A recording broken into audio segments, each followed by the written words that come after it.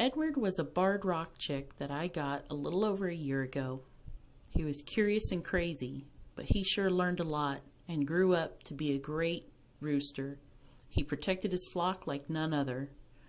So this channel is a nod to Edward. Edward, wherever you are, I hope that my curiosity could help me learn as much as you learned to be a great rooster. All right, so I'm just going to go right to screen sharing here. So here's a tunnel of hell. And welcome.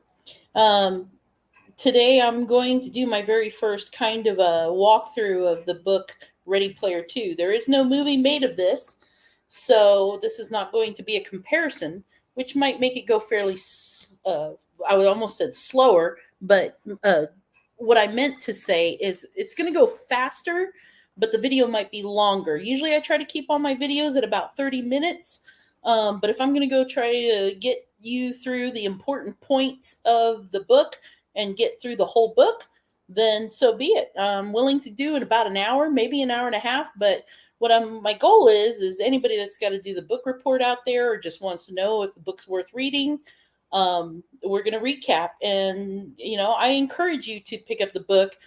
I will start out the gates by saying this. Between reading this book and Ready Player One, and I have read a lot of reviews about the two, I have to agree with a lot of the reviews. I really enjoyed Ready Player One more.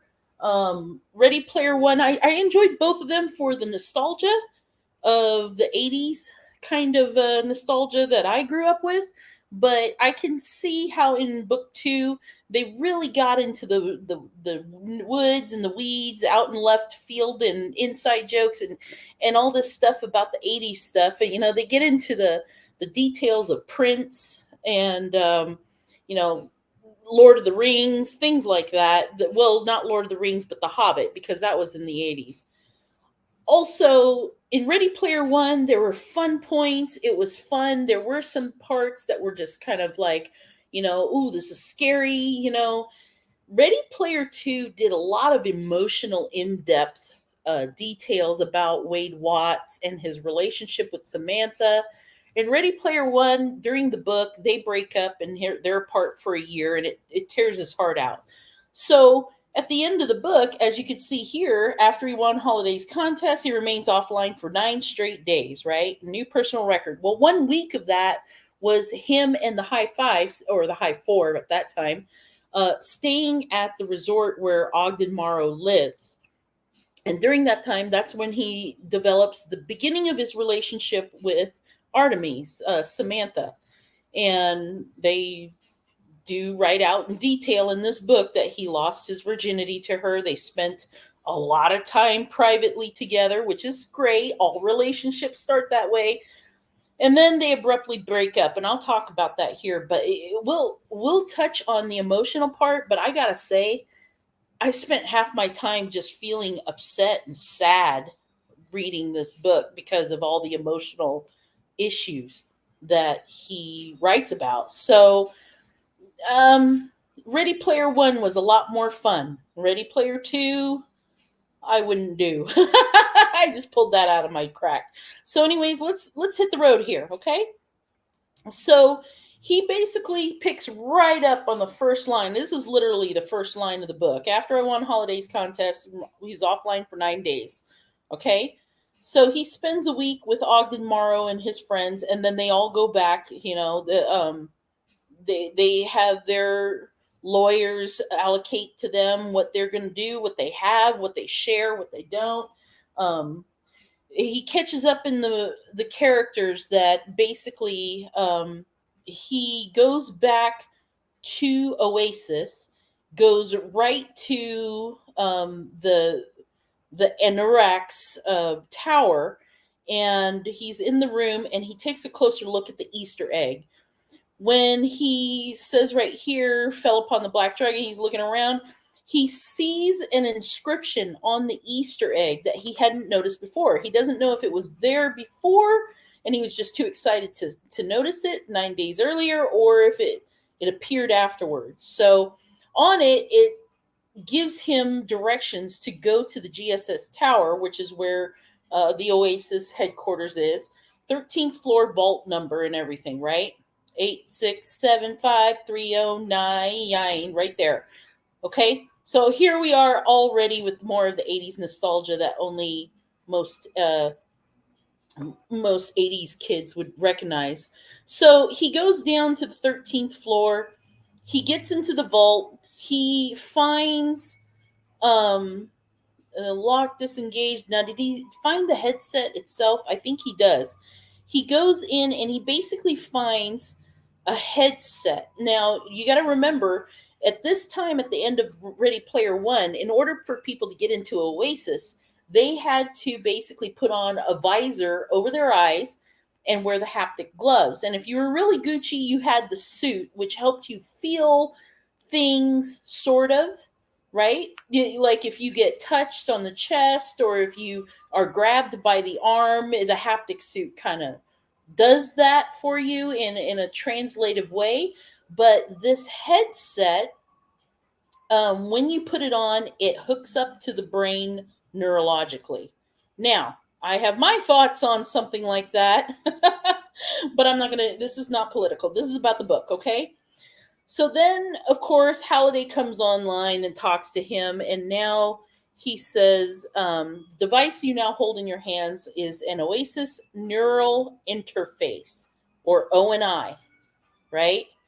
So ONI is a whole new thing because once it plugs into your brain, you not only can feel things like on your skin, but you can smell, you can taste, you the feeling of breeze on your cheek. It causes your body to feel the things that you are experiencing in Oasis.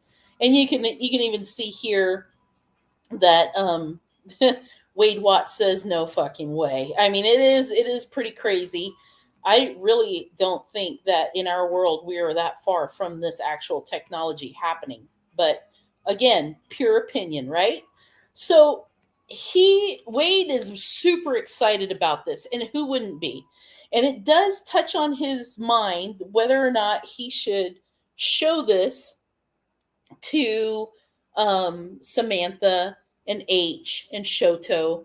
But I mean, he's just so excited. And besides, they're in different time zones. I mean, it's crazy. So he's going to head back to his landing and he tries O and I out. And so he goes in, he tries O and I, he's in there. The catch to O and I, okay, um, gave the camera a small wave goodbye. Okay, we're still so back in my office. I locked the door, lowered the blinds, sat down on my desktop, and blah blah blah blah blah. Here's the catch: with O and I on, instead of the regular haptic gloves and the visor, where if you were to get out of the Oasis or just pull it off, you would just suddenly disappear. No harm done, right? Since O and I is hooked up to your brain, your body literally stops moving and you're in a comatose state because your body is now functioning inside of Oasis and you're not physically moving like you used to with the haptic gloves and the glasses. So if you need to log off, you have to log off for like a few minutes and let the ONI headset detach from your brain, and then you can wake up. So bear in mind, you're pretty much a sitting duck, helpless, laying there while you're using the ONI headset.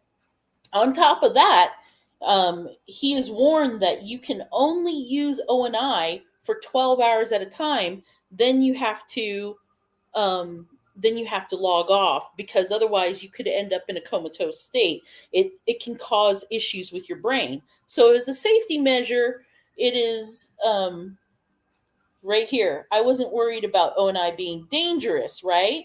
But as a safety measure, the program in ONI is forcing all the users to come out of it in 12 hours, and they have to stay off for 12 hours before they can log back on.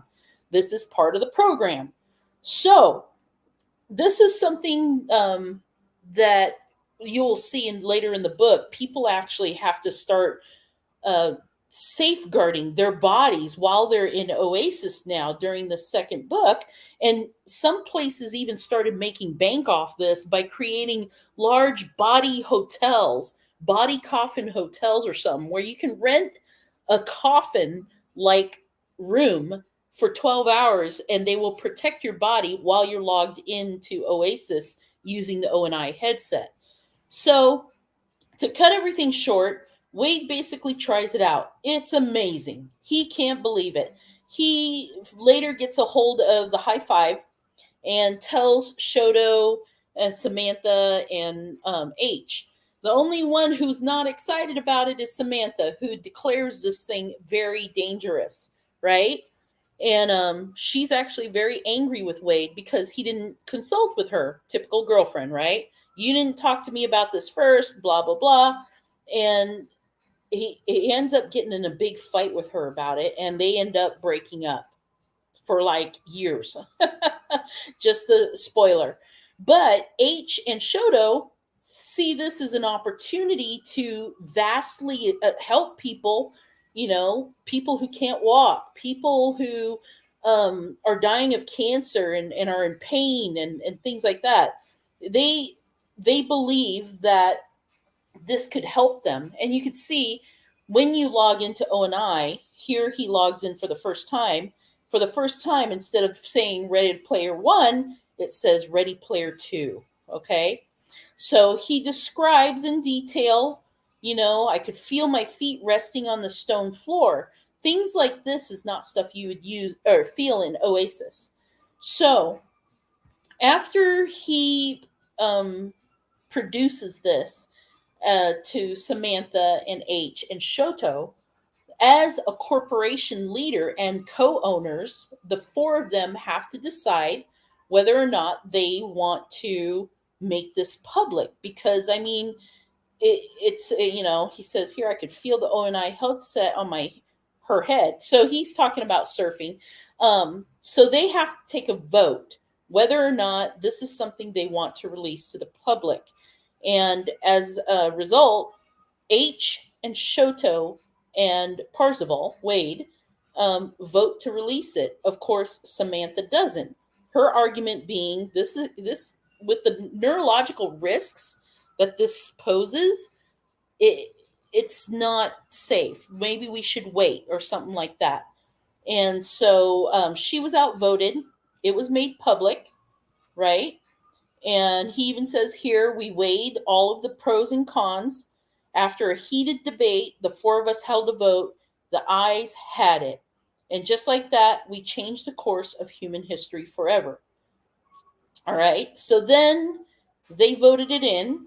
And then after a certain amount of time, they made millions of dollars off of this, billions, right?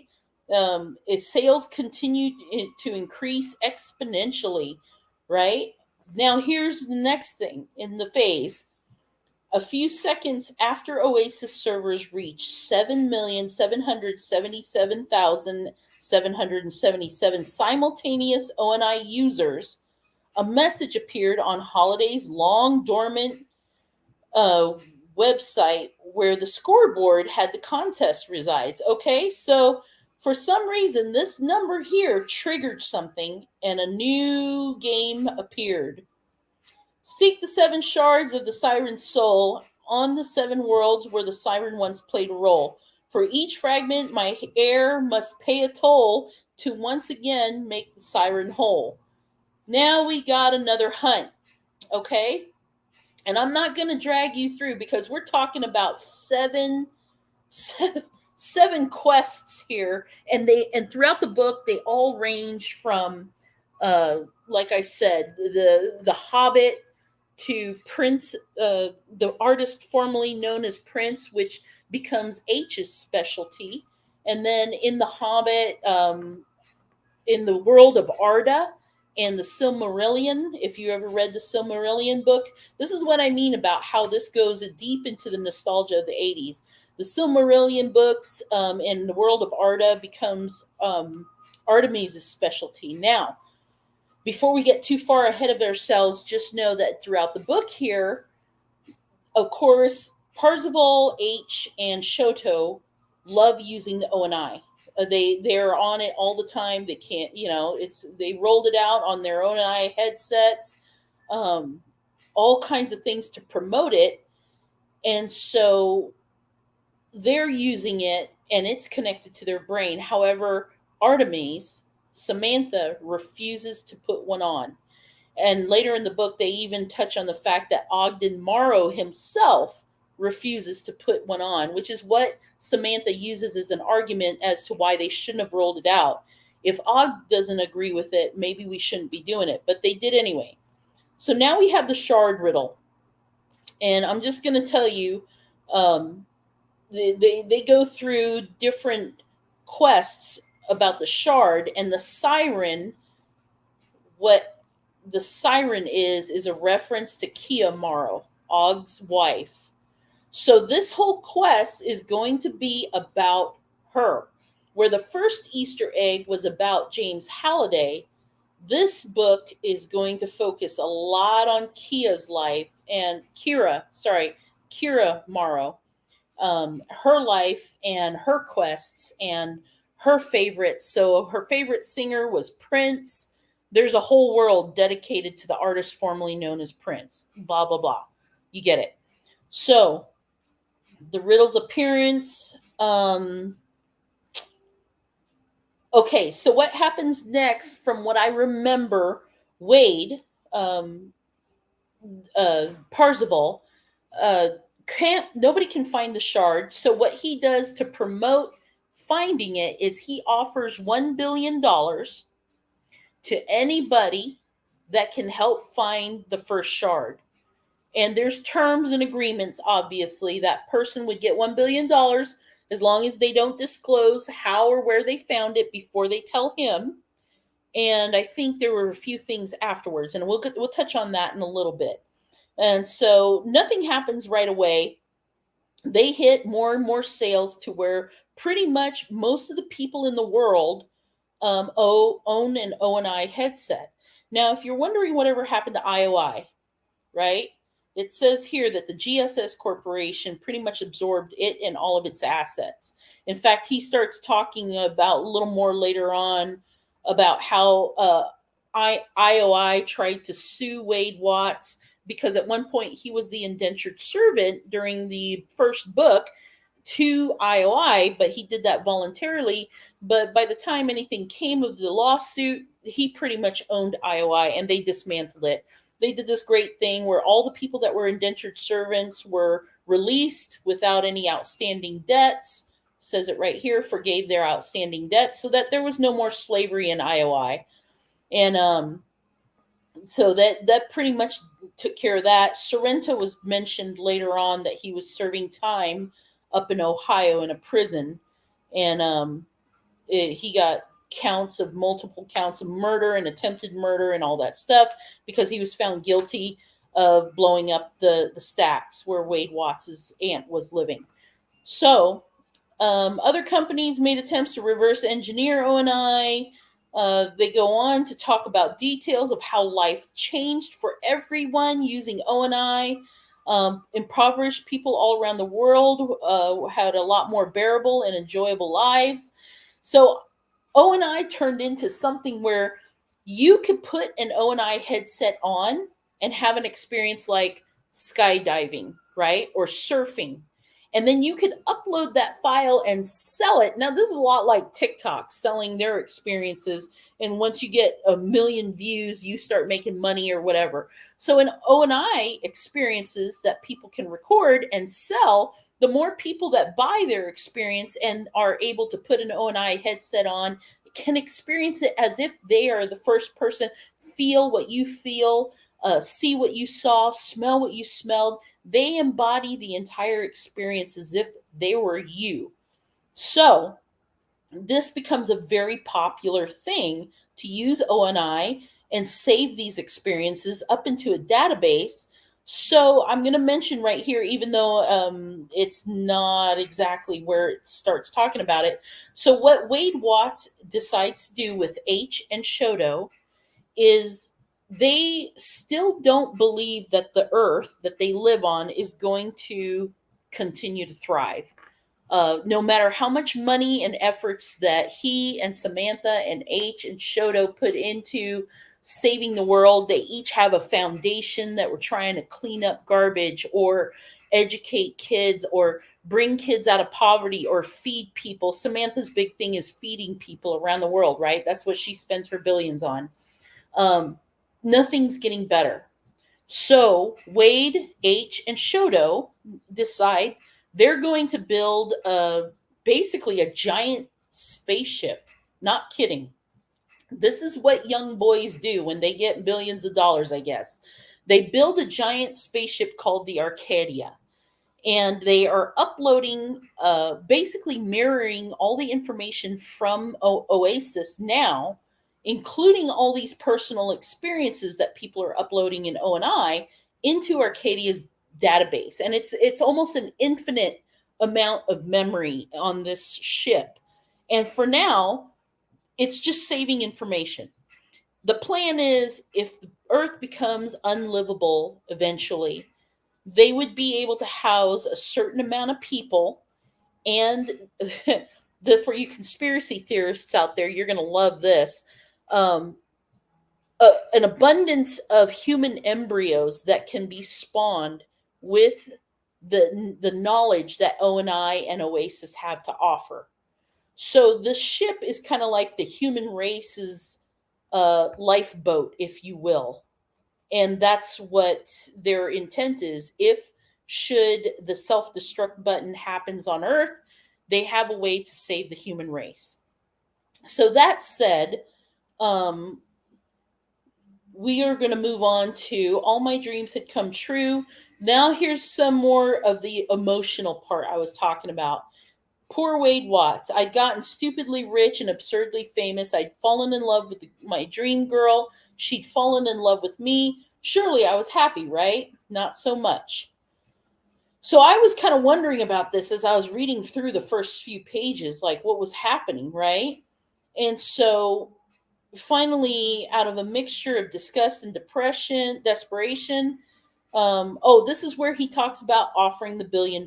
But as he starts to elaborate later on, that he and Samantha stops talking for like 3 years. I mean, they see each other on their weekly meetings as co-owners of GSS and the last of the high five, but she never looks at him. She never makes eye contact. It's always tense and uncomfortable.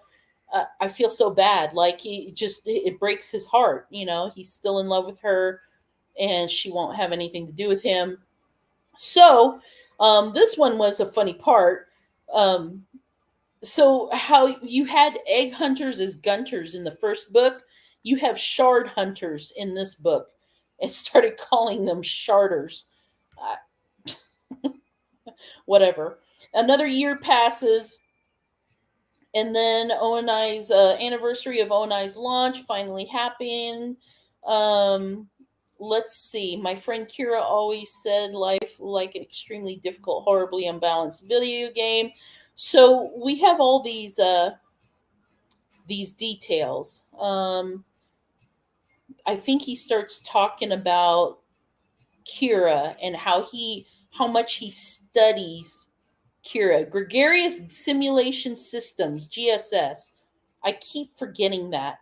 Then he talks about how ONI and IOI have affected the world, and they have these towers in Columbus, Ohio. And Max Headroom is still his personal assistant. So he wakes up in this dreary life. Wade Watts, he's pretty sad, lonely, depressed. He has a workout scheme in the morning where he runs 5 miles a day. Then he lifts weights. Then he eats on his patio all by himself, and he lives on the property by himself. It's pretty sad. And then he logs into Oasis and spends 12 hours there. So, Low Temple of Doom. This is where he works out. I'm going to skip through all that because it's more of. I encourage you to read the book. and just, just get those details for yourself, because it immerses you into the story. And I don't want to get too immersed, because then I'll be on this forever. Um, then he starts talking about the morning they finally left Og's estate and went their separate ways. Blah, blah, blah. And Og assures him that they're going to do a fantastic job. He does mention later that, here he's talking about the fight he had with Samantha, and he recorded it. I want to record how ridiculous you're being right now so you can play it back later and see for yourself. So he does they both do the typical young fight, okay? And they break up. He mentions something about how Onai could have helped her parents or something, and she says, "Oh, Og hasn't even tried the Onai. He's like you, condemning it without even trying it." And then he brings up her parents and her grandmother, who her grandmother had tried Onai, which becomes a key factor later. And she gets really angry about that. And he says, even at one point, he even says right here, you know, I was still in love with her. I knew I'd broken her heart. And so at one point, when he said something to her, the look in her eye changed, and he said he could literally see the moment she stopped loving him, which is sad. And it's all dragged out in these pages. So read it for yourself. Ogden Morrow himself, it mentions in the book that when they started the Shard quest, because the quest was specific to Kira Morrow, Wade had been asking Og these questions to kind of get an idea of how to find the shards and help him. And because of that, Og stopped talking to him, which is sad also. So he hadn't spoken to Ogden Morrow in like 2 years. All right. Here he's talking about, I think this is Samantha. He's talking about what she did for with her money and feeding the world. And then here he talks about Arcadia. And if you notice, it's spelled in true gamer way with an @ symbol for an A. And then this is where he talks about him, H, and Shoto, what they've put into Arcadia, and then the donations that they try to make to the world. Tier 3 AI was a real deal. What are they talking about now? I ate in silence for a few minutes. See, he's still sitting by himself on his patio. You see how this kind of drags out in a lot of details. In the early days of ONI, some people at GSS had worried that its popularity might cause the rest of Oasis to become a ghost town, but that's not what happened. I mean, it just kind of broadened everything. So then he's here. I knew how pathetic this was, which somehow made it even more pathetic. But he's sitting there thinking and feeling sorry for himself. So then, yeah, here it is. ONI Net wasn't just a way for people to experience guilt-free sex and risk-free drug use. Yes, you read that correctly. Promiscuous sex with anybody you want in ONI does not have the risks of STDs. And then, of course, you can experience a heroin drug use with the high and everything without having the addiction to come with it. So, what now? Good question, Wade. He heads over to the music room. Wade Watts, this comes in handy later. He actually teaches himself to play guitar using Eddie Van Halen as a teacher. Who wouldn't want that, right? And then Bollywood dance lesson, because apparently by then H was engaged to a Bollywood star and singer, and her name was Indira. Oh, by the way, Shoto got married. I know in the movie he was 7 years old, but in the book he was a little older. And by the time he was 18, he married a Japanese woman named Kiki, and she's pregnant by the time this book is written. So it's kind of a part that the Japanese play in making sure, that they set an example. Apparently, the Japanese population had gone down, and they were trying to encourage role models to encourage the people to procreate. Interesting, isn't it? So he goes on to talk about asking me if I was still having. Oh yeah, Wade Watts is going through therapy. So I'm going to skip through all this because a lot of this is going to be him talking about his depression about losing his mother. All right. And here we are still talking to the therapist. Good Lord. Virtual therapy session was over and he gets on with his daily commune. Let's get to the part where he gets the information about the first shark because that's the only thing I can think of right now. Private bathroom, Modus canopy. Where are we at? Yes, I am dragging you through the book. Sorry. Command center. Okay, good to see you, sir. Oh, this is one of their first meetings. Yeah, Faisal is the host of their meetings, and they have a weekly meeting.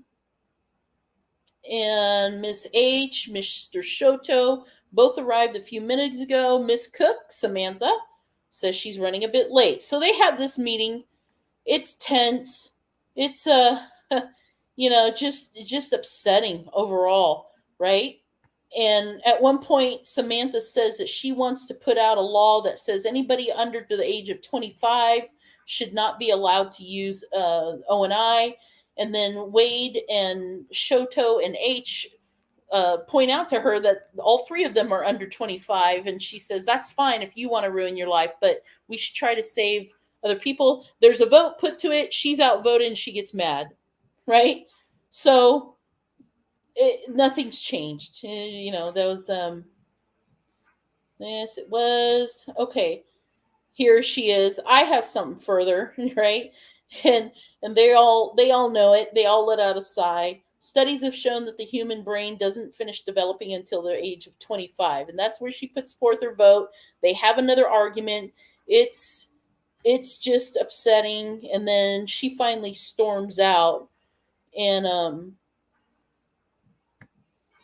then he blows off steam by reenacting a part in The Princess Bride, which, if you're not of the 80s nostalgia, then it isn't. It's basically his way of studying Kira Morrow's background because she loved The Princess Bride. And I think at one part they actually end up doing something for The Princess Bride. So, anyways, Robes of Anorak, he talks about how one part that he wasn't proud of is after he found the first Easter egg and he has the Robes of Anorak. It gives him infinite power to basically look into the real profiles of avatars in Oasis, which is supposed to be illegal, but he does it, and he checks on Samantha. And there were some people, of course, just like any social media platform or popularity, there's going to be people that hate him, love him, or in between. And I guess there were a bunch of people that hated Wade Watts because he found the Easter egg. And so he couldn't take the criticism as well as H and Shoto and Samantha. They kind of just blew it off because, I mean, if somebody's trolling you, who cares, right?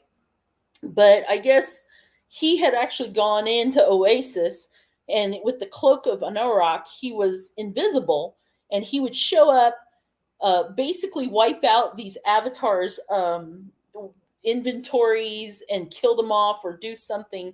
And when he was accused of doing it because nobody else could, he denied it.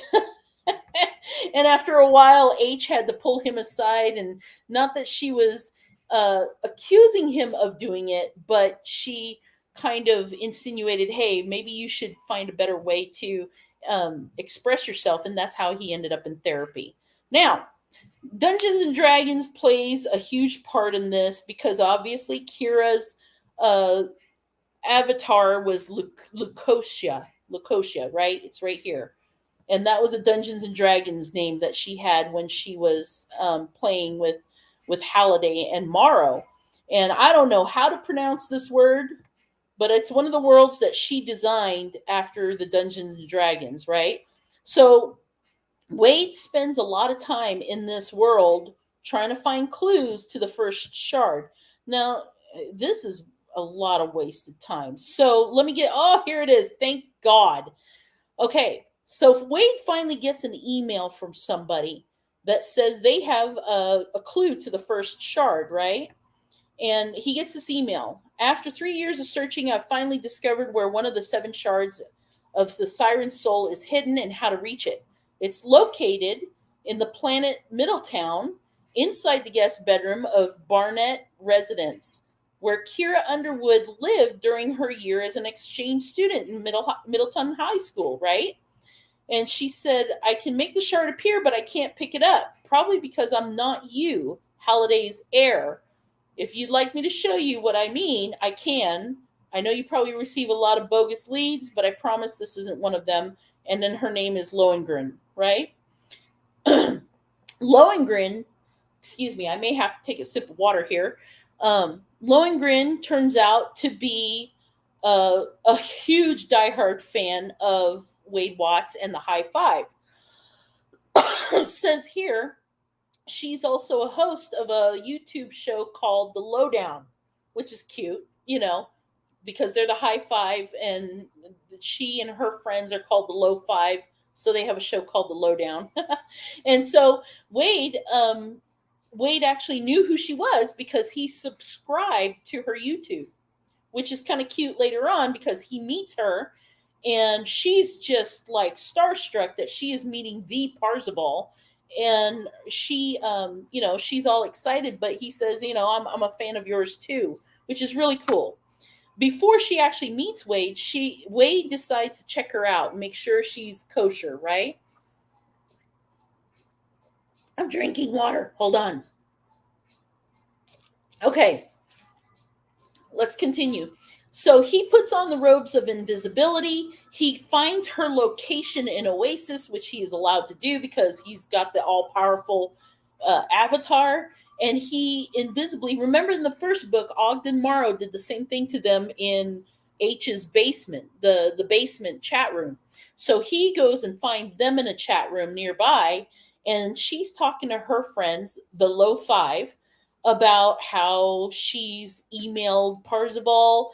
He's a stand-up dude. Her friends are like, you're so full of shit, Lo, right here. And they're doubting, like, he's not going to pay you. How do you know he's going to pay you? And she's sticking up for Wade Watts. She's saying, he's a stand-up guy. Yeah, he might not be perfect, because I think she knows about the incidents where Wade had gone in and just ravaged people that were trolling him, but she sticks up for him, right? And then they start talking about, what they would do when she gets her 1 billion. Now remember, these are kids with low income. These are kids that probably are in like the poor stacks, like Wade Watts was when he started. And so they have nothing. They probably don't even have families, which they touch on with Lohengrin not having any family. He looked her up, and then her friends are probably all ghetto rats too. And they ask her, what are you going to do with your million? And she says, I'm going to buy a house. We're all going to live in it. We're going to have everything we want, and we're never going to be in need and all this stuff. And it's going to be great. And they're like, really? And she's like, well, yeah, you guys are the only family I have. So here we go with more emotional stuff. I mean, as if we don't have like Wade Watts' pitiful situation. We've got 5 more here that are just like these kids, right? So finally her friends are like, you really found something. And she's just excited and all this, right? And so right here, I'm going to buy a big house in Columbus for all of us to live in together. It's going to have a big kitchen full of food. It breaks my heart thinking of kids like that. So here we go with the sad undertone to this book, and it doesn't end. I mean, I'm telling you, it just, when you think the book's getting better, it's like all of a sudden he ends up in a world he actually, one of the shards that he finds is in a world that he spent a lot of time with his mother in. So the first place they show up is this place that he and his mother used to hide out in the treehouse and spend time. It's very depressing. So anyways, they're talking. Lohengrin finally gets approached by Parzival, and she takes him on the quest to find the first shard. And here they are meeting each other. The honor is all mine. It's very cute. I actually really enjoyed this part of the story. So I don't want to spoil the details, but the point is, she takes him um, and finds the shard. And of course, just as she said, um, when the shard appears, she tries to grab it and her hand passes right through it. And so he ends up basically grabbing the shard and he's able to grab it. So from here forth, um, Wade Watts comes to the conclusion that only the heirs of James Halliday are allowed to grab the shards. However, that doesn't mean it's only Wade Watts. In Halliday's will, he bequeathed the Easter egg to one of his heirs that finds the Easter egg. And the other part was if you remember in the first book, all the old arcade games and everything was bequeathed to Ogden Morrow. So Ogden Morrow is another person who can touch the shards, and that comes into play later. Okay? So here they're having a discussion about, now that, she helped him find the shard, he gives her $1 billion. She about falls off her ass. I mean, she's just amazed, right? And so then he says, remember, part of the agreement that you signed when you accepted this was that you would not tell anyone where you found the shard. You would not talk about it until all 7 shards have been found. She agrees, and she gives him her call card. He gives her his, and it's just like she's just changed her life forever. So he goes on to talk about how he's been tempted to hit the big red button. If you remember, he in the end of the first book, it doesn't really say anything in the movie, but one of Halliday's secrets that he bequeathed to Wade Watts was that there is a big red button in the castle, where on Anorak's castle, that he could push and basically erase all of the Oasis immediately. And he said, you only do that if you feel you need to. So now Wade is at the end of his 12 hours. He has to log off. He goes to sleep, right? He's asleep for a while, and then he woke up to the church of vintage analog phone, right? He wakes up, and it's Faisal. And Faisal has bad news, actually. Wade Watts thinks that, because you got to remember the website for Halliday announced that Parzival found the first shard, just like it did when he found the keys. And that's how he became popular. So he thinks that H, Shoto, and Faisal and everybody wants to call him immediately and talk about the scoreboard, and that his name says he found the first shard, right? Unfortunately, that's not the case. I was calling to make sure you'd seen the news about Mr. Morrow. And obviously, since Wade was asleep, he did not. Turns out Ogden Morrow went missing. Not only did he go missing hours after Parzival found the first shard, but Sorrento breaks out of jail. Now, they can't find either of them, and it's getting really weird, right? So they go on, and what turns out happening is all of a sudden you see Ogden Morrow obtains the first shard, I think then the second and the third, and all of a sudden something horrible is starting to come and settle in to their minds about Ogden Morrow. Something must be connected to Sorrento. Did Sorrento break out of jail and go kidnap Ogden Morrow? What's happening? And you got to remember, by this time, Og is getting old, and he's not as healthy as he used to be. But I mean, he lives in this giant mansion out in Oregon that's set up to look like the freaking Lord of the Rings castle, and he's got ultimate security, and he still disappears without security having a clue. So what happened? So they're thinking about this, and I think Wade goes through a virtual robot, and scans through the house of Ogden Morrow and sees Kira's grave, right?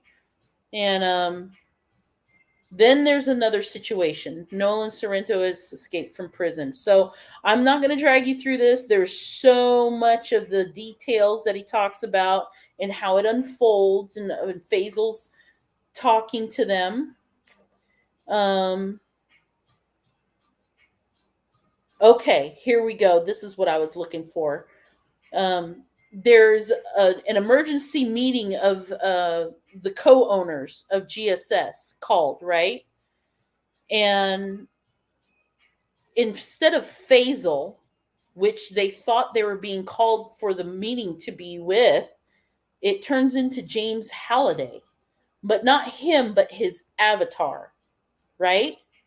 And he starts talking to them and turns into Anorak.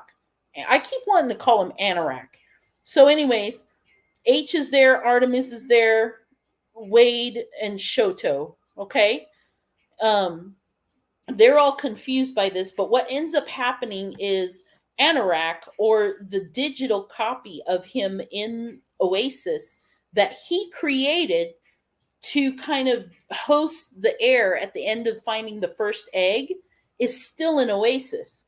Now he explains that the program he was set to abide by was after the egg was found, he was supposed to play his part, and then he was to be deleted. Well, he is an artificial intelligence entity, so he figured out that if he didn't delete himself, he could stay there. So he did. On top of that, I don't want to give away the ending. So on top of that, he devised a way of wanting the shards to the soul of the siren, right? So he kidnaps Ogden Morrow and set Sorrento loose, digitally, all through Oasis and all through control of ONI. So he has Ogden Morrow start to find the shards of the siren's soul. He doesn't say why he wants it, because Wade Watts actually asked him, "Why do you want this? What good is it for you?" And he says, it's, it's not for you to know." So nobody knows why. Or what really is interesting is there's actually a line in here where Wade Watts says, to be honest, nobody knows what the siren's soul is. They don't know why they were set to find it. They just know that there is a challenge to find it.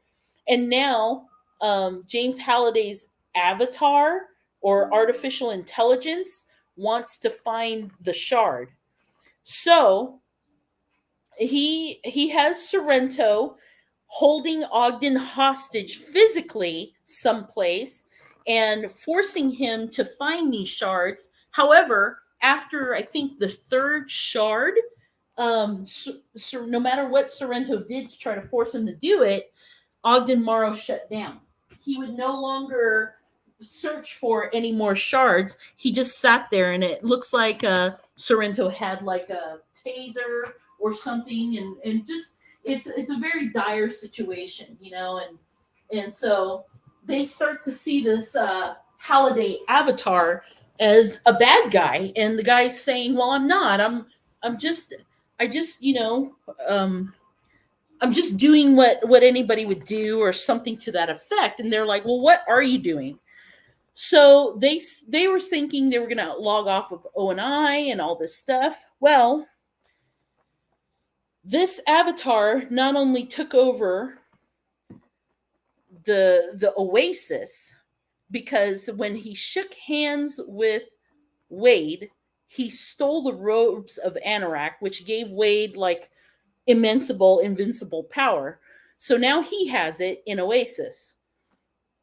Also, he has overrun GSS, I don't know what to call it, interface, to where he basically can control who can log off of the ONI. Now, remember, the ONI, you can't log off by just simply taking off your headset. You have to log off. And once everybody reaches 12 hours, they will probably be lobotomized. His threat to Wade is, you have 12 hours to find the 7 shards, because Og Morrow is not finding them now. And if you don't, everybody that's logged into ONI in the entire world right now is going to be lobotomized in 12 hours.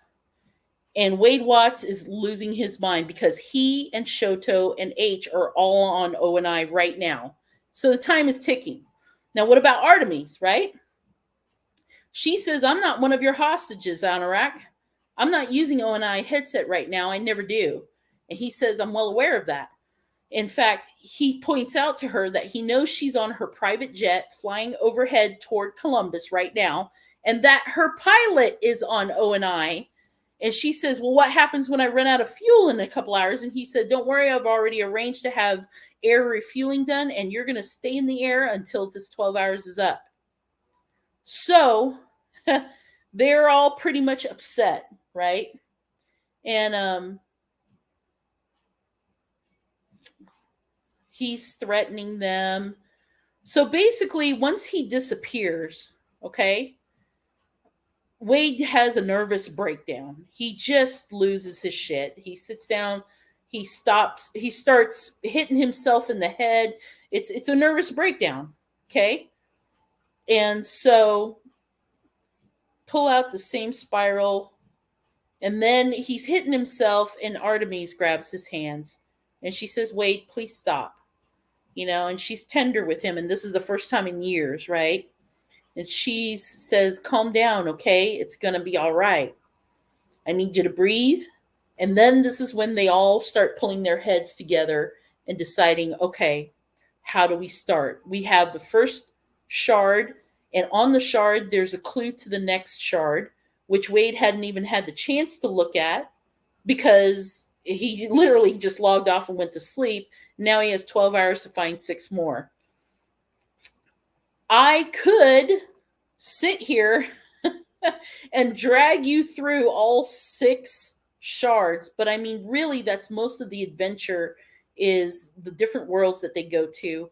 I will tell you this, because Artemis is not hooked up to ONI, she does this one stunt later where she basically disconnects from Oasis and she parachute jumps out of her plane, right? And the plane loops around while she's floating down on her parachute, and she basically they start to try to ram her in the air. She disconnects and free falls until the last minute. She pulls her spare chute and then hits the ground running, and then the plane crashes right on top of her, and they think she's dead. Only for a few minutes, then she appears and says, you know what? I'm not dead, but I'm going for Ogden. I'm going to try to find him. Great, right?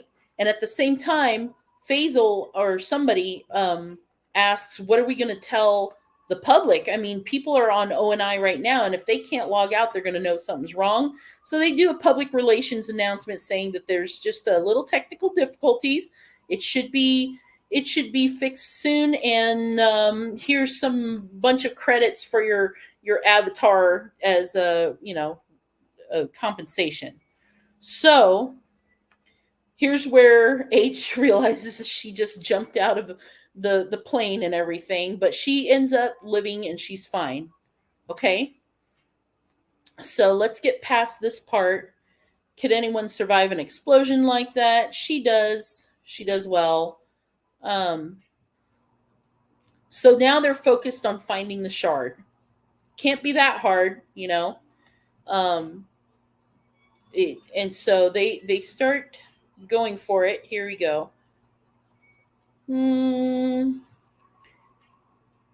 Sega Ninja. Okay, so the second shard is going to be Shoto's specialty because it's Japanese. It's about Kira Maro being a female who, during video game times in the 80s, were not popular video games when there was a female heroine as the winner of the game. So what started off as Ninja Princess ended up being Sega Ninja, but Sega was not what it was called in Japan, so it was called something else there. So they basically find the second shard with big help from Shoto, because he's the expert in Princess Ninja or Ninja Princess, right? All right, so game appeared. I'm just going to, because there's a lot of detail about the game. Now, if you grew up in the 80s and you remember what these games look like, you're going to love this. I mean, it just goes into like, yeah, I remember that, things like that. So here they beat the game and he reached for it, wondering, okay, flashbacks. I knew I was forgetting something. The weird part about the riddle where the heir must pay a toll. Okay. Um, Wade noticed that the first crystal or the shard that he found, as soon as he grabbed it, he zoned out for like a few seconds and he experienced it's almost like he was Kira Morrow and he was experiencing something for the first time in her life. It was like a piece of her life was being relived. And he couldn't figure it out because if it was not an O and I experience, it couldn't be, because O and I was not invented at the time that first experience came about. It was like an experience when she was 16 years old and Ogden Morrow first came up and spoke to her, and the feeling of that crush and that love and all that stuff, right? So when he grabs the second shard, he's experiencing 17-year-old Kira Underwood and now teenage Ogden Morrow standing in front of me, holding my hands. And it was dark and standing on a grassy hill. And he said, "I love you." And he gives her a necklace. And then it's over, right? And so every time he grabs a shard, he experiences a bit of Kira Underwood's life.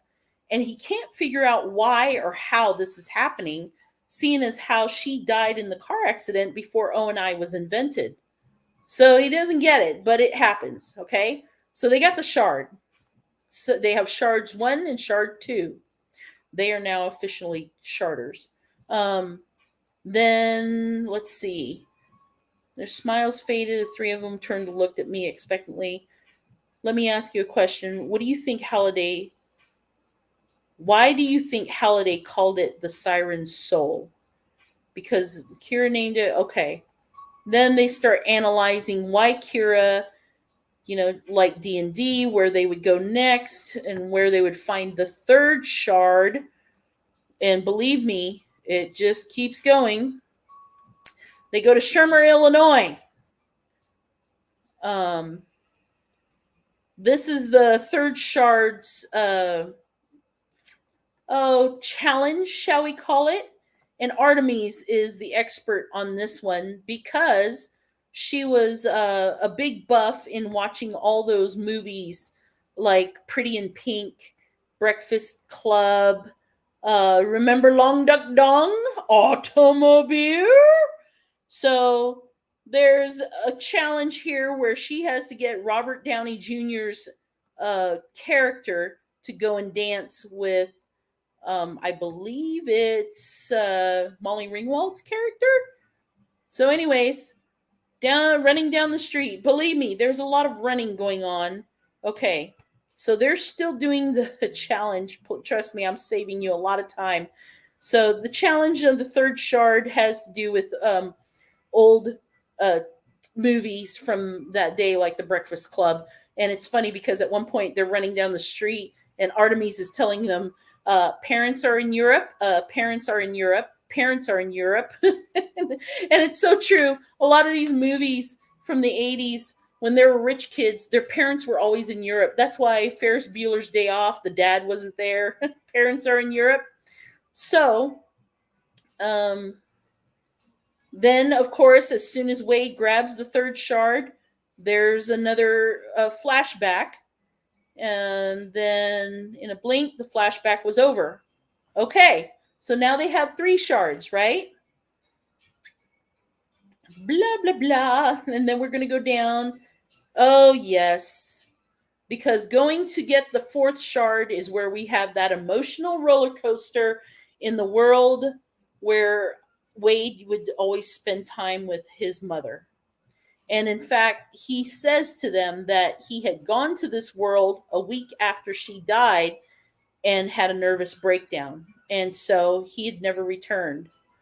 So poor Wade is going through this world where basically it's his specialty, and he has to basically get the shard and lead them through it, and he does, but he does it with the moral support of his friends because it's emotional for him, right? I saw that my sash had vanished. Okay, and then here is another flashback of Kira's life that he gets when he grabs the fourth shard, and then he is back in the world. And then so now they have to go to get the fifth shard, which H is ecstatic about because it's Prince. So I'm just gonna squeeze through. I'll be honest. When I was reading this, I actually skipped over a lot of the paragraphs with all the description about how they how they got the shard by battling Prince and his rock out band and everything. So just a note, when they are in this world of Prince or whatever, two important things happen. One, Sorrento appears to them while they're on the mission, and he just threatens them, taunts them, says that they better make sure they get that shit done and all this stuff, right? So that happens, and then during the challenge, Shoto, sorry, Shoto ends up getting killed. Now this is where they realize, excuse me, by Faisal, even worse news, right? The avatars of ONI users have stopped respawning when they die. So that's important point number one.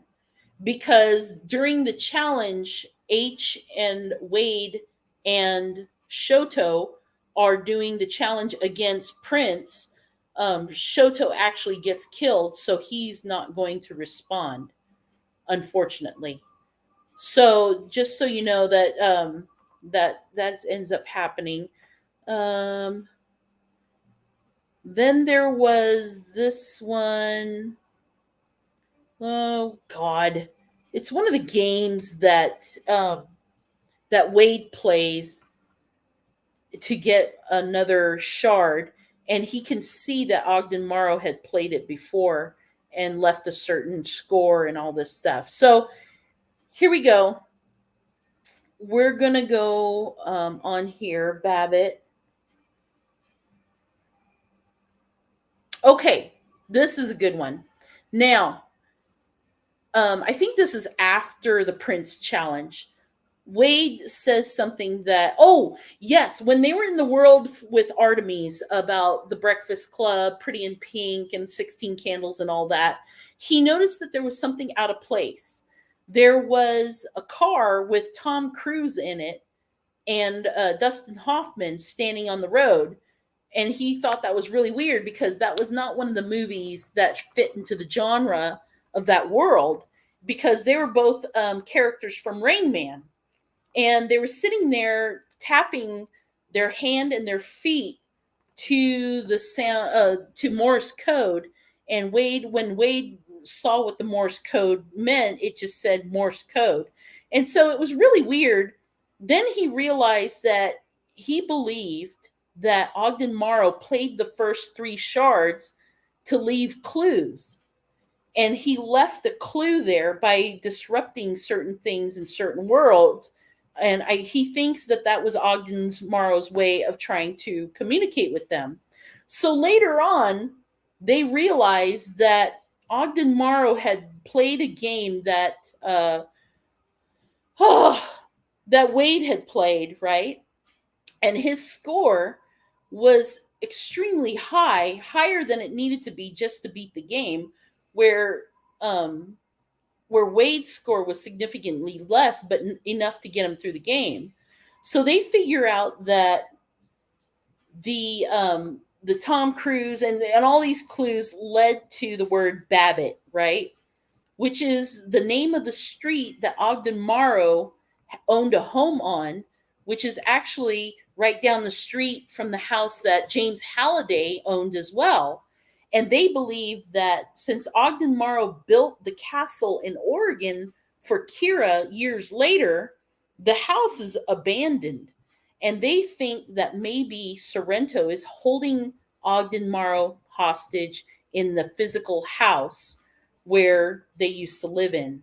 Okay. So, anyways, oh, and that was the clue right there. In Rain Man, Tom Cruise and Dustin Hoffman's last names were Babbitt. So it's the name of the street. I know it's way out in left field for somebody to know, but I mean, if you're really going to do puzzles, then you better be good at it.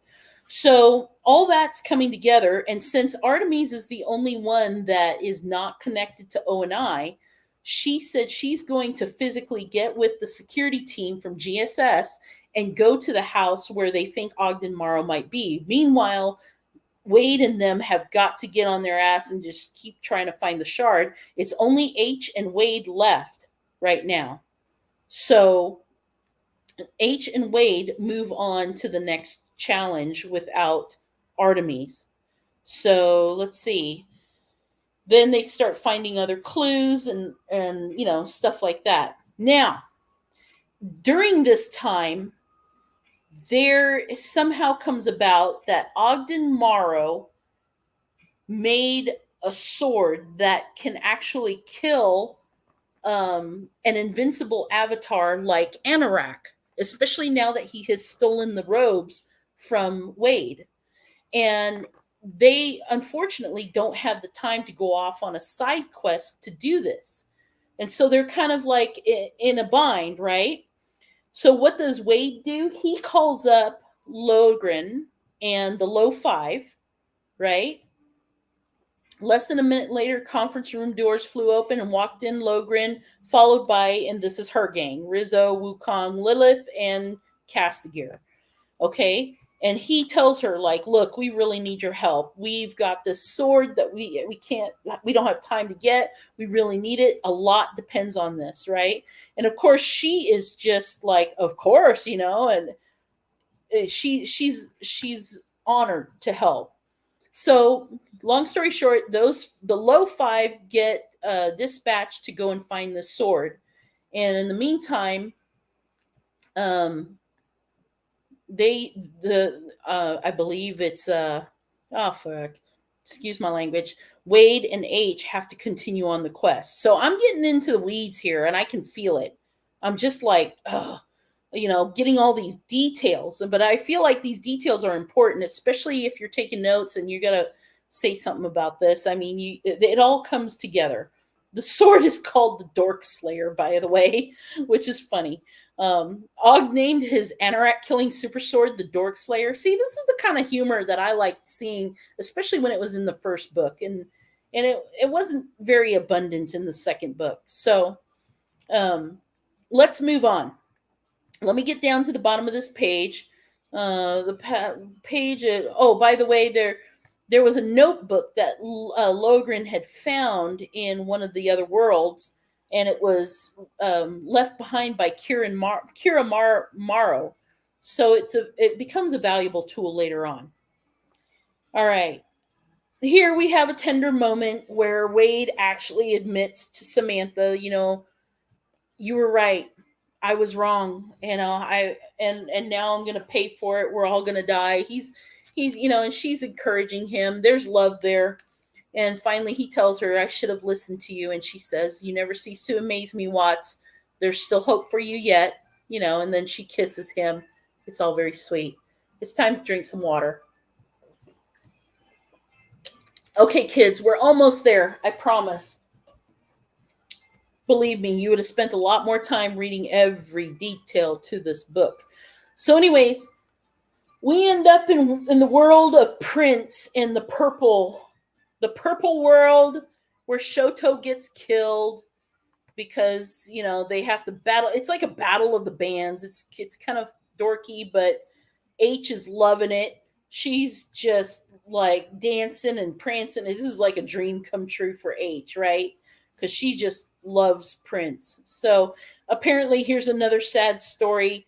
According to H, when her dad left or died, I can't remember which one. He left an entire VH or not VHS cassette collection of Prince songs, and so it's the only thing that H had left of her father, and that's why she loves it so much. So they also do a side note, as if it's not sad enough.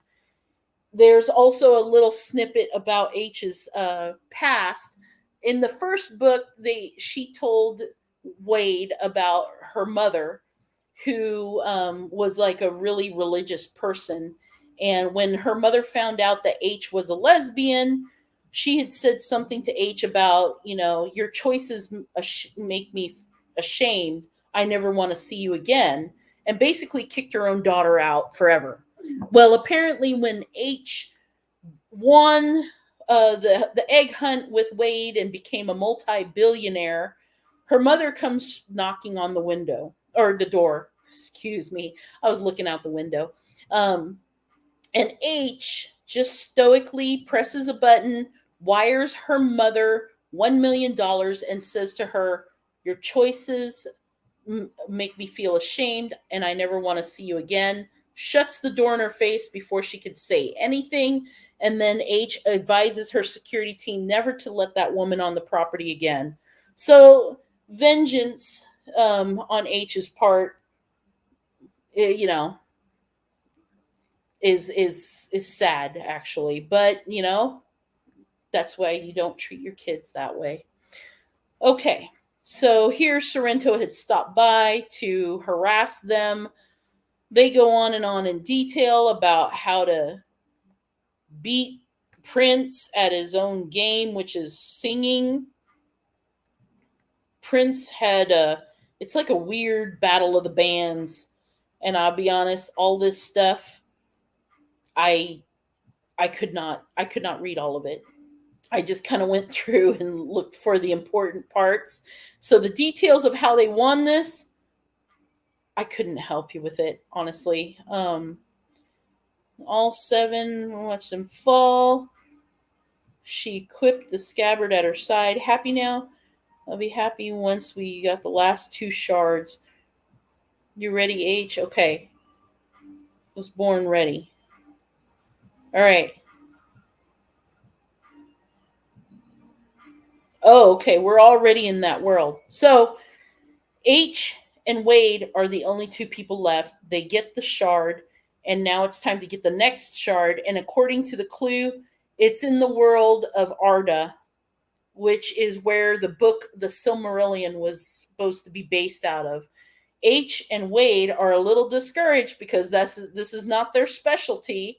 Then we go on to another sad piece of information where Wade talks about how Samantha, when they were dating and they were in love and still lovey-dovey, Samantha had tried to encourage him to read the Silmarillion, and he said he would, but he never did, because they ended up breaking up, right?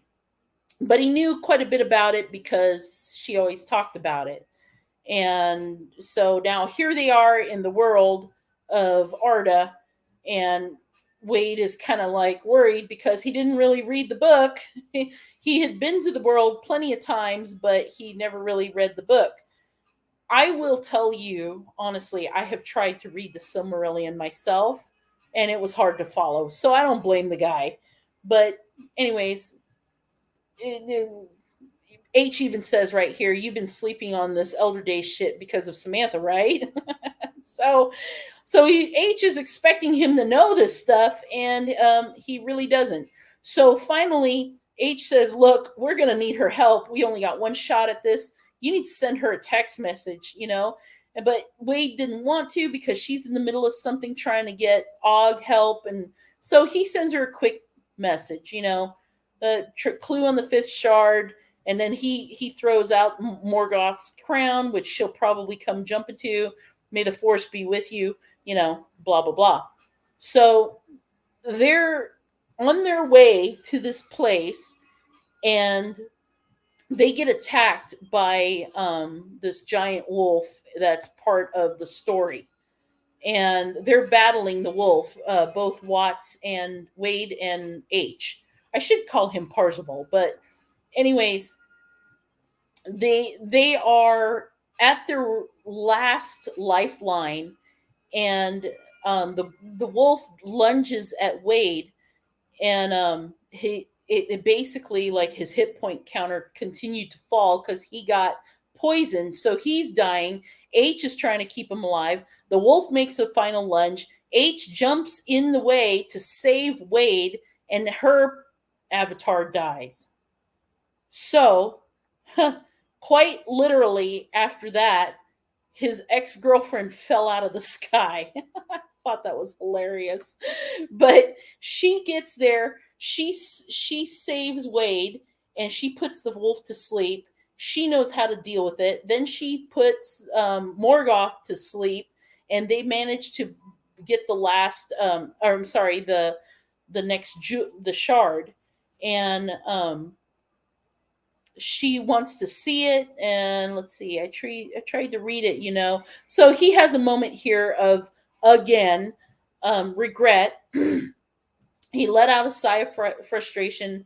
He said, I did try to read it, but I couldn't. It reminded me too much of you. It's like this. And so, let's see, chaotic good. Why? Good to know. I'm really glad you're here, Artie. Thank you for coming. And it just, he says, I ruined everything. I notice guys get this way when they really regret something. They really regret it. Like, you can't pull them out of that funk. My husband does it all the time. So then I ruined everything. I know. I'm sorry. It's my fault. This is all my fault. And it just goes on and on. And she's sitting here trying to baby him, and the time is ticking away. So finally, she says something to him about, well, she admits that she never actually came to this world and defeated any of its challenges because she wanted to do it together with him. Well, now you have. Good job. So, of course, he has another flashback of Kira Morrow's life when he grabs the shard. And let's see where we're at now. Margot's face, formless darkness.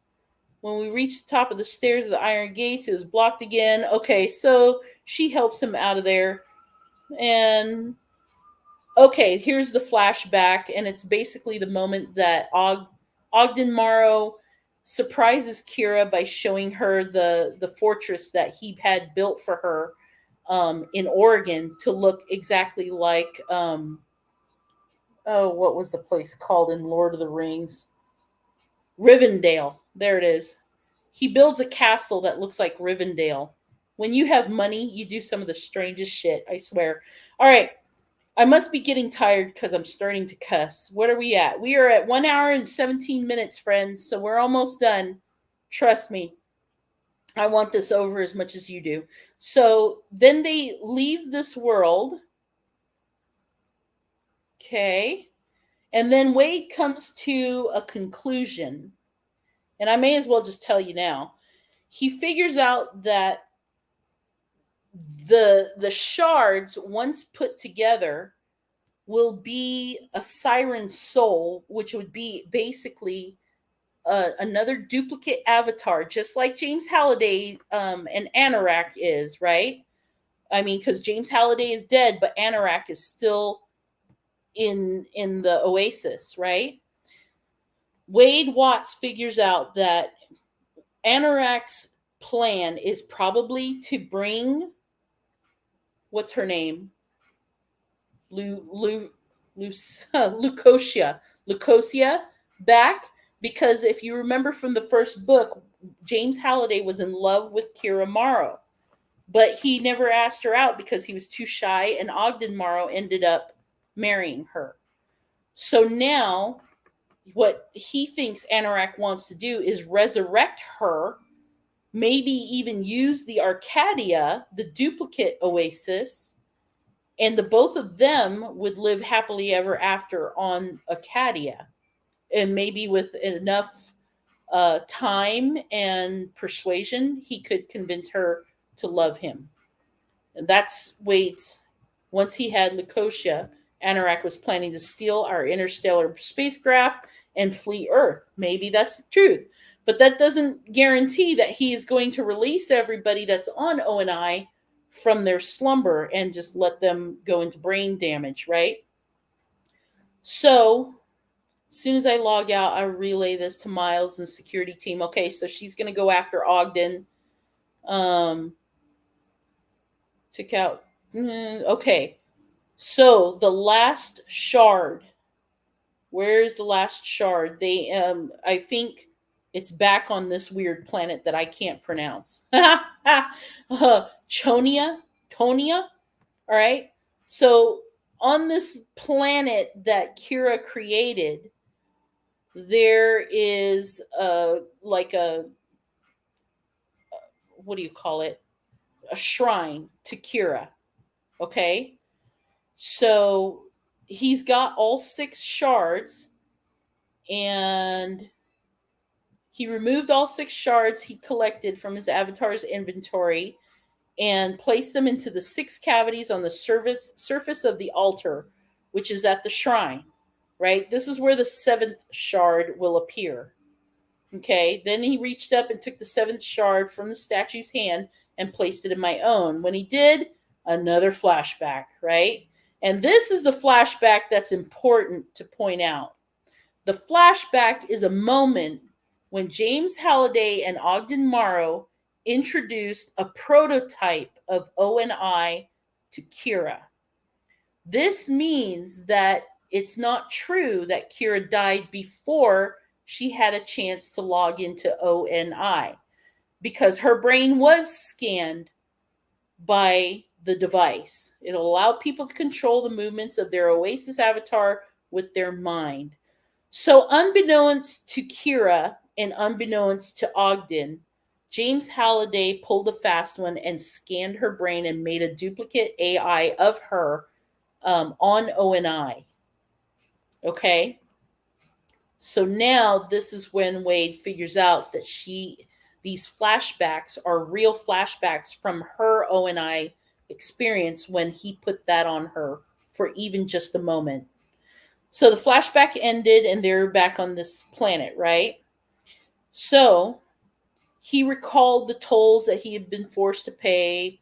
Middletown, he'd seen Kira creating her first piece of digital artwork.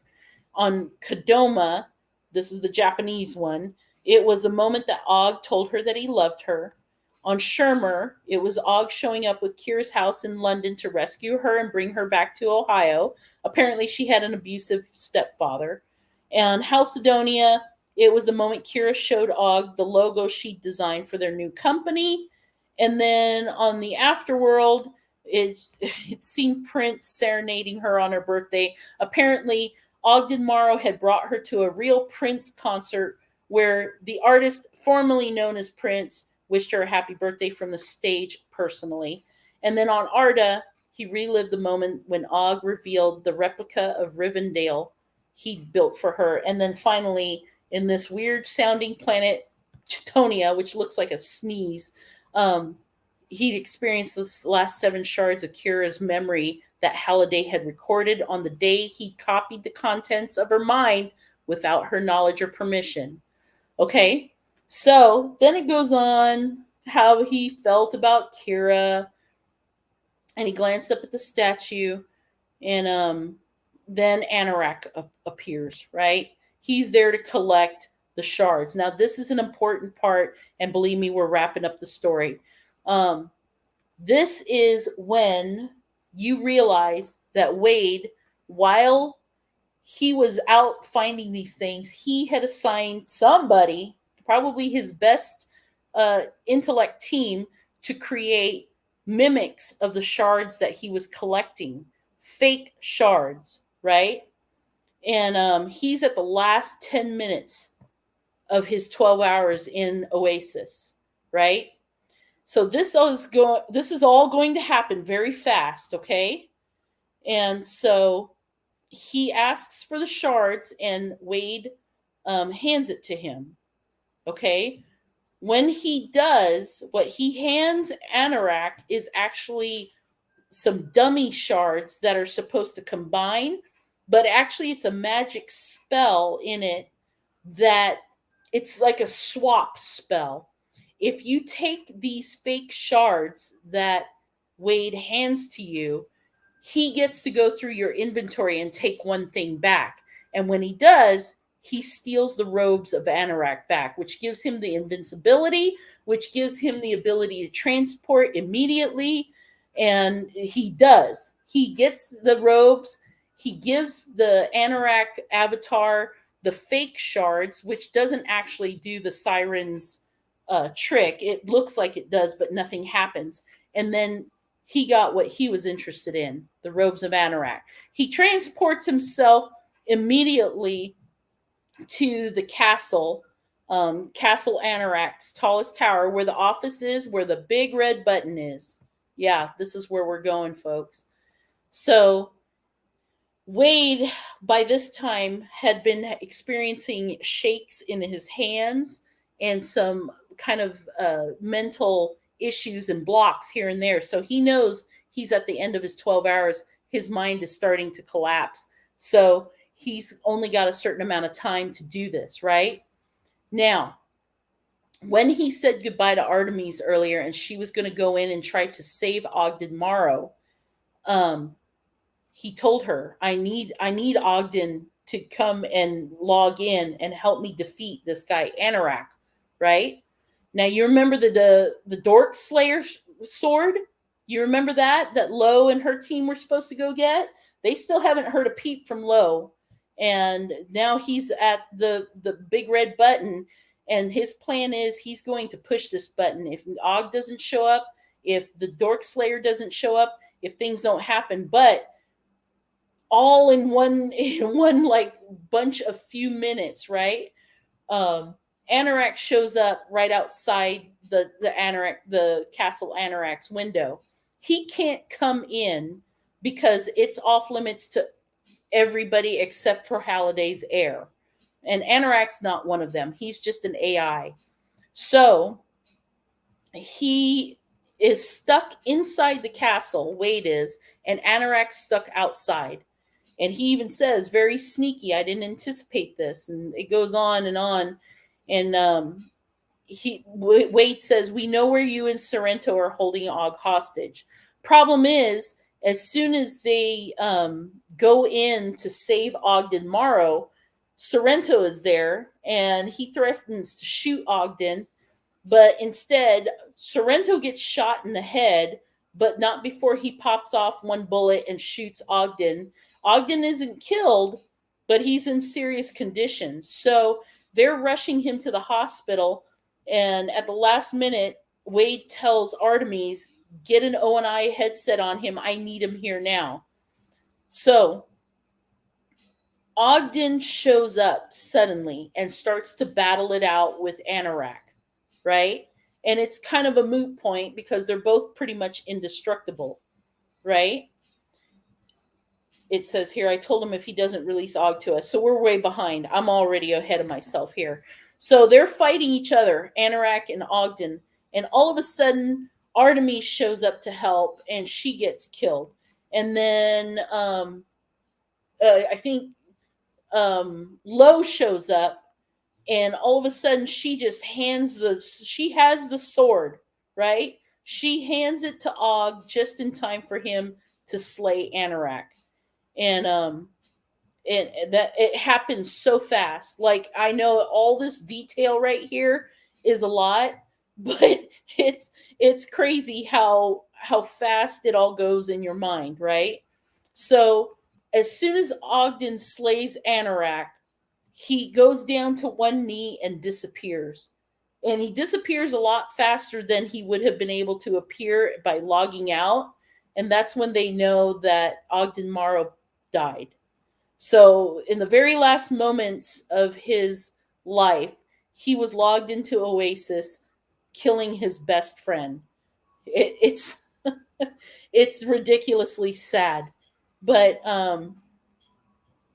there's more than all this. Geez, there's all this stuff, that this dialogue that Anorak is trying to have with Wade to convince him that, this is pressing the red button is not going to solve anything. So basically, Why don't you prove it? Yeah, they're talking smack.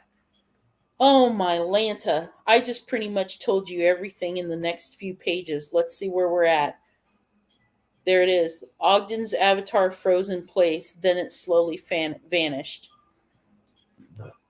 All right. Next thing you see, Anorak turned out to be an AI of his word after all. When he died, his infirmware shut down and ONI overrides took over. His hostages around the world were released and logged out, and everyone woke up all at once, all around the globe. I experienced 2 or 3 seconds of fleeting consciousness, just enough time to open my eyes and see a canopy of immersion vault crack open and feel the cool air outside hit my face. Then, due to the effects of the SOS, synaptic overload syndrome, which is the brain issues I was talking about, and my complete physical and mental exhaustion, I immediately passed out and lost consciousness. Then I was dead to the world. So, not seriously dead, but he wakes up in GSS's hospital, right? We're almost there. And everybody's there. Artemis is there on the monitors. H is there. She kisses him. It's very lovely. Everybody's okay, but except for Og, he's dead, right? So the book should be over now, right?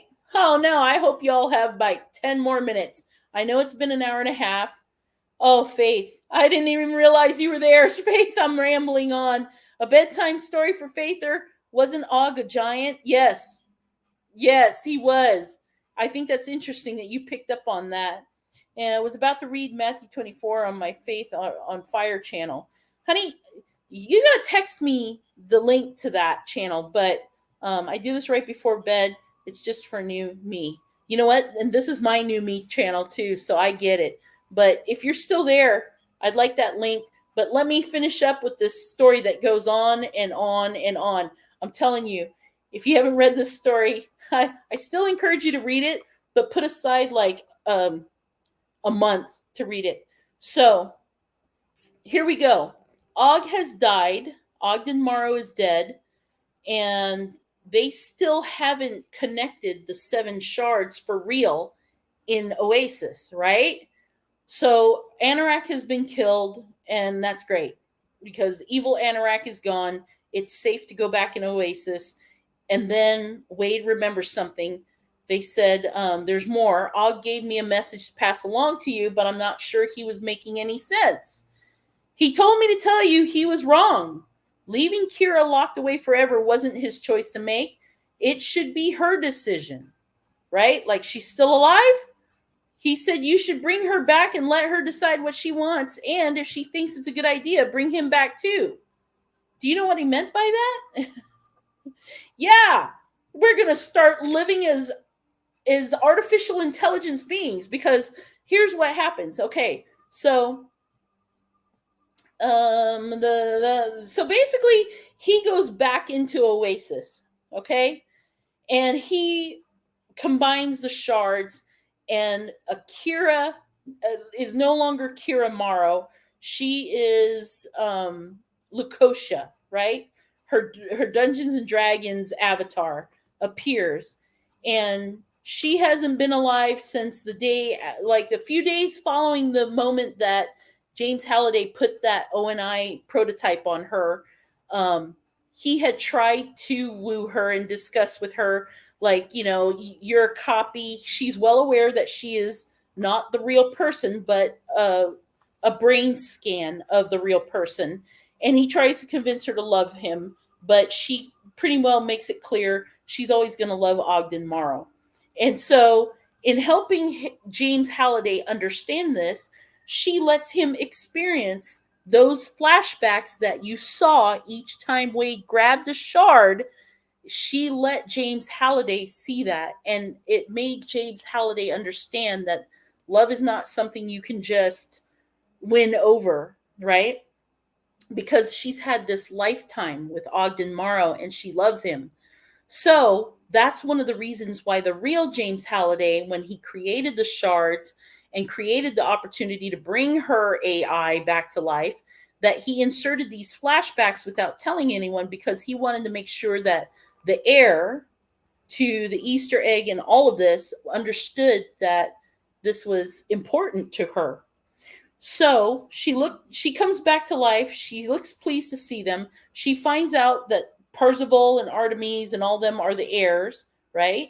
And then there's Lucosia is, her name. And then she finds out that the real Ogden Morrow is dead, right?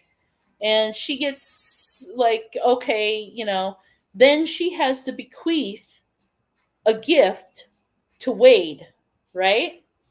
And so she gives him this magic rod. I don't know. So they're discussing the whole brain scans, right? She gives Wade this magic rod, and she says it gives you the power of resurrection, but only in Oasis. So what do? They resurrect Ogden Morrow for Lucosia, and they're beautifully happy. They're